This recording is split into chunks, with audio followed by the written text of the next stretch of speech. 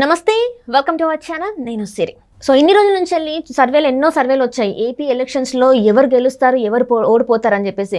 అయితే చాలా వరకు సర్వేలు చూస్తున్నట్టయితే జగన్ ప్రభుత్వం పడిపోతుంది, ఈసారి జగన్ ప్రభుత్వం రాదు అని చెప్పేసి అయితే చాలా సర్వేలు వెల్లడించాయి. అయితే ఇదే క్రమంలో నిన్న జరిగిన ఒక టీవీ షోలో అయితే ఏంటంటే పీకే గారు కొన్ని వ్యాఖ్యలు అయితే చేశారు. ఇంతకు ఆ వ్యాఖ్యలు ఏంటి, ఎందుకు జగన్ గారు భయపడుతున్నారు, ఆ నేతలు కూడా భయపడుతున్నారు ఏంటి? సో ఈ కథని మనకి క్లుప్తంగా వివరించడానికి మనతో పాటు ఉన్నారు ప్రముఖ రాజకీయ విశ్లేషకులు రాజు సప్పసాని గారు. నమస్కారం సార్. ఇప్పుడు చూస్తుంటే ఇన్ని రోజులు చాలా సర్వేలు వచ్చినాయి, అంటే అనేకమైన సర్వేలు. అక్కడ కూడా ఏంటంటే చాలా తక్కువ మెజారిటీ వస్తుంది. ఇంతకుముందు గతంలో వచ్చిన వైభవం అయితే ఉండదు, ఈసారి చాలా తక్కువ సీట్లతోనే వైసీపీ రానుంది అని చెప్పేసి. అయితే ఇప్పుడు పీకే గారు కొన్ని వ్యాఖ్యలు చేశారు, ఏంటంటే జగన్ ప్రభుత్వం అయితే ఇంకా కష్టం అని చెప్పేసి మాట్లాడడం జరిగింది. సో దీని వెనకాల ఉన్న కథ ఏంటి సార్ అసలు? ఒకటి, ప్రశాంత్ కిషోర్ గారు వాస్తవంగా జగన్మోహన్ రెడ్డి గారి గెలుపుకి చాలా కీలకంగా దోహదం చేసిన సర్వీస్ ప్రొవైడర్, స్ట్రాటజిస్ట్. అంటే జగన్మోహన్ రెడ్డి గారికి 2014 నుంచి 19 వరకు ఆయన ప్రతిపక్షంలో ఉన్న రోజున ఆ పార్టీకి పూర్తి స్థాయి ఎన్నికల వ్యూహకర్తగా పనిచేసిన, జగన్మోహన్ రెడ్డి గారి గెలుపుకి కీలకంగా దోహదం చేసిన స్ట్రాటజిస్ట్ అనేది మనకందరికీ తెలిసిన అంశమే. ఐపాక్ అనే సంస్థ ద్వారా సర్వీస్ ప్రొవైడర్గా పనిచేశారు. తర్వాత రోజుల్లో ఆయన బీహార్ రాజకీయాల్లో క్రియాశీలకంగా మారుతున్న సందర్భంగా నేను ఐపాక్ తోటి సంబంధ బాంధవ్యాలు తెంపుకుంటున్నా, భవిష్యత్తులో ఏ రాజకీయ పార్టీకి నేను సర్వీస్ ప్రొవైడర్గా పనిచేయనని చెప్పని ప్రకటించారు. ఇప్పుడు కొద్ది రోజుల నుంచి ఆయన జగన్మోహన్ రెడ్డి గారి నుంచి దూరం జరిగింది వాస్తవమే. చంద్రబాబు నాయుడు గారితో లోకేష్ తోటి కలిసి ఈ మధ్యకాలంలో కొన్ని సందర్భాల్లో మనకి మీడియా ముందుకు రావడం కూడా జరిగింది. ఇటువంటి నేపథ్యంలో నిన్న హైదరాబాద్లో ఒక టీవీ ఛానల్ వాళ్ళ కాంక్లేవ్లో ఆయన పార్టిసిపేట్ చేయడం జరిగింది. ఆ సందర్భంగా సమకాలీన ఆంధ్రప్రదేశ్ రాజకీయాల గురించి ప్రస్తావించినప్పుడు ఆయన చెప్పింది ఏంటి అంటే, జగన్మోహన్ రెడ్డి గారు ఓటమి పాలు కాబోతున్నారు, చాలా పెద్ద ఓటమి ఎదుర్కోబోతున్నారు అని చెప్పని అన్నారు. అంటే ఓటమి పాలు కావటమే కాకుండా ఒక డిజాస్ట్రస్ రిజల్ట్ ఎదురుకాబోతుంది ఆయనకి అని చెప్పని చాలా స్పష్టం చేయడం జరిగింది. దానికి కారణాలు కూడా విశదీకరించి చెప్తా, జగన్మోహన్ రెడ్డి గారు సంక్షేమ పథకాలు అమలు చేయటం ద్వారా మాత్రమే మళ్ళీ తిరిగి ఎన్నికల్లో నెగ్గాలని అనుకుంటున్నారు. కానీ పాలకుల నుంచి ప్రజలు ఆశించేది సంక్షేమంతో పాటు అభివృద్ధి కూడా ఆశిస్తారు. అభివృద్ధి అనేది జగన్మోహన్ రెడ్డి గారి ప్రభుత్వ హయాంలో కంటికి కనపడటం లేదు. ఒక్క సంక్షేమ మంత్రాన్ని మాత్రం ఆయన జపించిన మాత్రాన ప్రజలు విశ్వసించరు. డైరెక్ట్ బెనిఫిట్ ట్రాన్స్ఫర్ ద్వారా నేను సంక్షేమాన్ని ప్రజలకు చేరువ చేస్తున్నా, అమలు చేస్తున్నా అని చెప్పని జగన్మోహన్ రెడ్డి గారు ఫీల్ అవుతున్నారు. ఇదే భావంలో ఉన్న కేసీఆర్ గారికి రీసెంట్గా తెలంగాణ ఎన్నికల్లో ఎటువంటి ఫలితాలు ఎదురైనాయో చూసాం మనం. కాబట్టి సంక్షేమ పథకాల అమలు ఒక్కటే ఎన్నికల గెలుపుని నిర్దేశించవు, సైమల్టేనియస్గా అభివృద్ధి కూడా జరగాలి అని చెప్పని కొంచెం వివరణాత్మకంగా ఆయన వివరించి చెప్పడం జరిగింది. ఇది 100% ఏ రాజకీయ పక్షం అయినా సరే ఆచరించాల్సిన మౌలిక సూత్రం. అది అధికారంలో ఉన్న ఏ రాజకీయ పక్షం అయినా కూడా ప్రజలకు సంక్షేమం ఎంత అవసరమో అభివృద్ధి కూడా అంతే అవసరం, ఉపాధి కల్పన అంతే అవసరం, శాంతి భద్రతలు కాపాడాల్సిన అవసరం అంతే ముఖ్యం, ప్రభుత్వానికి సంపద సృష్టి చేయటం, ఆదాయ వనరులు పెంచుకోవటం కూడా అంతే అవసరం, ప్రజల మీద పన్నుల భారం మోపకుండా ఉండటం కూడా అంతే అవసరం. ఇక్కడ జగన్మోహన్ రెడ్డి గారి ప్రభుత్వ పాలన ఒకసారి మనం పరిశీలించి చూసుకున్నప్పుడు ఇవాళ ఏ అంశాన్ని అయితే ప్రశాంత్ కిషోర్ గారు స్పష్టం చేస్తూ ఉన్నారో ఆ అంశంలో జగన్మోహన్ రెడ్డి గారి ప్రభుత్వం 100% వైఫల్యం చెందిందనేది వాస్తవం. జగన్మోహన్ రెడ్డి గారు నేను కొన్ని పథకాలు అమలు పరుస్తున్నా, ప్రజలకు సంక్షేమ పథకాలు ఇస్తున్నా అనుకుంటున్నారు. వాస్తవమే, అమలు పరుస్తున్నది కూడా మనం డిఫర్ అవసరం. అక్కడ సంవత్సరానికి ఒక 10,000 15,000 మాకు డబ్బు రూపంలో అందాలని చెప్పని కాదు ప్రజలు కోరుకునేది, మా బిడ్డలకు మెరుగైన ఉపాధి దక్కాలి. జగన్మోహన్ రెడ్డి గారు 2019 ఎన్నికలకు ముందు ఆయన పథకాలు అమలు పరుస్తానని ఎట్లా చెప్పాడో అదేవిధంగా ఆయన నేను ప్రత్యేక హోదా సాధిస్తా, ప్రత్యేక హోదా సాధన ద్వారా ప్రపంచవ్యాప్తంగా పెట్టుబడులు రప్పిస్తా, 13 జిల్లాలని 13 హైదరాబాద్లకు అభివృద్ధి చేస్తా, ప్రభుత్వంలో ఖాళీలు ఉన్న ప్రభుత్వ ఉద్యోగాలు భర్తీ చేస్తా, మెగా డిఎస్సి కండక్ట్ చేస్తా, వలసలు లేని ఉపాధి కల్పిస్తా అని చెప్పని వాగ్దానం చేసిన పర్యవసానం మా పిల్లలకి మెరుగైన జీవనం దక్కుద్దని ఆశించాం. ఇవాళ పెట్టుబడుల సాధన లేదు, పరిశ్రమను నెలకొల్పటం లేదు, ఇవాళ ప్రత్యేక హోదా సాధన లేదు, ఇవాళ 13 జిల్లాల అభివృద్ధి లేదు. ఎక్కడ వేసిన గొంగళి అక్కడలాగానే ఉంది. అది వాగ్దానాలకే పరిమితమైంది తప్ప ఆచరణ రూపంగా నోచుకోలేదు. ఇవాళ మా పిల్లలు వలసల మీద ఆధారపడాల్సిన పరిస్థితి.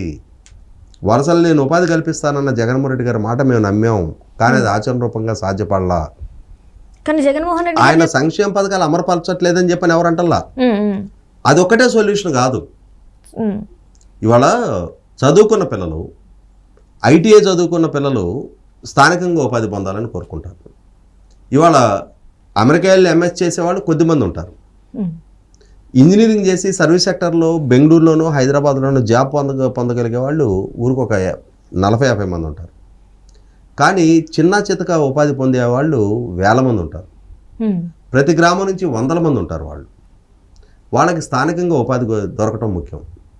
జగన్మోహన్ రెడ్డి గారి ప్రభుత్వ హయాంలో పరిశ్రమలను నెలకొల్పే సంగతి పక్కకు పెట్టి రాష్ట్రంలో ఉన్న పరిశ్రమలను పారదోలేరాడు. పారిశ్రామిక పెట్టుబడుల ఒప్పందాల పేరిట 13 లక్షల కోట్ల ఒప్పందాలు చేసుకున్నామని చెప్పని ఒక హంగామా సృష్టించి రీసెంట్గా మినిస్ట్రీ ఆఫ్ ఇండస్ట్రీస్ వాళ్ళు ఇచ్చిన RTI right to information act report ప్రకారం కేవలం 18 MOUలు సాకారమైనవి. 5,600 కోట్ల రూపాయల పెట్టుబడులు మాత్రం గ్రౌండింగ్ అయినాయి. 9,180 ఉద్యోగాలు మాత్రం మెటీరియలైజ్ అయినాయి. ఎన్ని లక్షల మంది నిరుద్యోగులు ఉన్నారు? 9,000 మందికి ఉపాధి కల్పిస్తే మిగిలిన లక్షల మంది నిరుద్యోగుల పరిస్థితి ఏంటి? ఇది కాదు కదా జగన్మోహన్ రెడ్డి గారిని శాసించింది. ఇవాళ ఆయన పరిపాలనా హయాంలో రైతు ఆత్మహత్యల్లో 3వ స్థానంలో నిలబడింది రాష్ట్రం. కౌలు రైతుల ఆత్మహత్యల్లో 2వ స్థానంలో నిలబడింది. మహిళల గౌరవానికి భంగం కలుగుతున్న కేసుల్లో 1వ స్థానంలో నిలబడింది. ఇది మీరు నేను చెప్పుకుంటున్న గణాంకాలు కాదు. నేషనల్ క్రైమ్ బ్యూరో రికార్డ్స్ ప్రకారం 2022-23 సంవత్సరాలకు సంబంధించిన అధికారిక గణాంకాలు. ఇవాళ మహిళల మిస్సింగ్ కేసులు ఎక్కువగా నమోదవుతున్నాయి. మైనర్ బాలికల మీద అత్యాచారాలు ఎక్కువగా నమోదవుతున్నాయి. మైనర్ బాలికల మిస్సింగ్ కేసులు అత్యధికంగా నమోదవుతున్నాయి. ఇది కాదు ప్రజలు ఆశించిన పాలన. ఇవాళ రాజధాని ఎక్కడో తెలియని అనిశ్చితిలో పరిపాలన నెట్టేశారు. 8 సార్లు కరెంటు బిల్లులు పెంచారు. 3 సార్లు ఆర్టీసీ ఛార్జీలు పెంచారు. పక్క రాష్ట్రాలతో పోలిస్తే 10 రూపాయలు అధికంగా పెట్రోల్ డీజిల్ కొనుక్కోవాల్సి వస్తుంది. ఇవాళ మద్యపాన్ని నిషేధం చేస్తానన్న వాగ్దానం ఎటుపోయిందో తెలియదు. 15% ఇంటి పన్ను ప్రతి సంవత్సరం పెరుగుతూ ఉంది. చెత్త పన్ను ఇంపోజ్ చేస్తూ ఉన్నారు. రిజిస్ట్రేషన్ ఛార్జీలు పెరిగినాయి. రేషన్ సరుకుల ధరలు పెరిగినాయి. ఇన్ని రకాల ప్రజల మీద పన్నులు భారం మోపుతూ ఉన్నప్పుడు అసంబద్ధమైన నిర్ణయాలతోటి, అవగాహన రాహిత్యపు నిర్ణయాలతోటి పరిపాలన అస్తవ్యస్తంగా చేస్తూ ఉన్నప్పుడు ప్రజలు సంక్షేమాన్ని ఒకటే కాదు ఇవన్నీ కూడా పరిగణలోకి తీసుకుంటారు. కానీ జగన్మోహన్ రెడ్డి గారు అడుగుతున్నారు కదా సార్, నేనే అభివృద్ధి చేశాను, నా అభివృద్ధిని చూసి మీరు ఓటేయండి, నచ్చితే ఓటేయండి, నీ దేశంలోనే ఇంతవరకు ఎవరు అడగని విధంగా నేను అడుగుతున్నానని చెప్పేసి అంటున్నారు సార్. అంటే ఆయన మీద ఆయనకు అంత నమ్మకం ఉందంటారు అభివృద్ధి చేసిన పరంగా? అంటే ఇక్కడ జరుగుతున్నది ఏంటంటే జగన్మోహన్ రెడ్డి గారు కూడా నేను అద్భుతమైన అభివృద్ధి చేశానని చెప్పుకోవడానికి అక్కడేం పారామీటర్స్ లేవు. నిజంగానే జగన్మోహన్ రెడ్డి గారు అద్భుతమైన అభివృద్ధి చేస్తుంటే ఇవాళ రోడ్ ఇన్ఫ్రాస్ట్రక్చర్ ఎందుకు ఇంత అధ్వానంగా తయారై ఉంటుంది? ఇవాళ రోడ్లు ఇంత గుంతలమయంగా ఎందుకు మారి ఉంటాయి? ఇరిగేషన్ రంగం మీద గత 5 సంవత్సరాలు అంటే 2014 నుంచి 19 వరకు ఆనాటి చంద్రబాబు నాయుడు గారి ప్రభుత్వ హయాంలో చేసిన బడ్జెట్ కేటాయింపులు ఎంత? వాస్తవంగా అంటే బడ్జెట్ అంచనాలు ఎంత? వాస్తవంగా కేటాయింపులు ఎంత? పెట్టిన ఖర్చు ఎంత? ఈ ప్రభుత్వం 5 సంవత్సరాల టెన్యూర్లో ఇరిగేషన్ రంగం మీద రాష్ట్ర వ్యాప్తంగా వివిధ ఇరిగేషన్ ప్రాజెక్టుల మీద ప్రాజెక్టుల వారీగా చేసిన కేటాయింపులు ఎంత? పెట్టిన ఖర్చు ఎంత? అవి బడ్జెట్ ఫిగర్స్ కదా, మీరు నేను ఫ్యాబ్రికేట్ చేయలేము.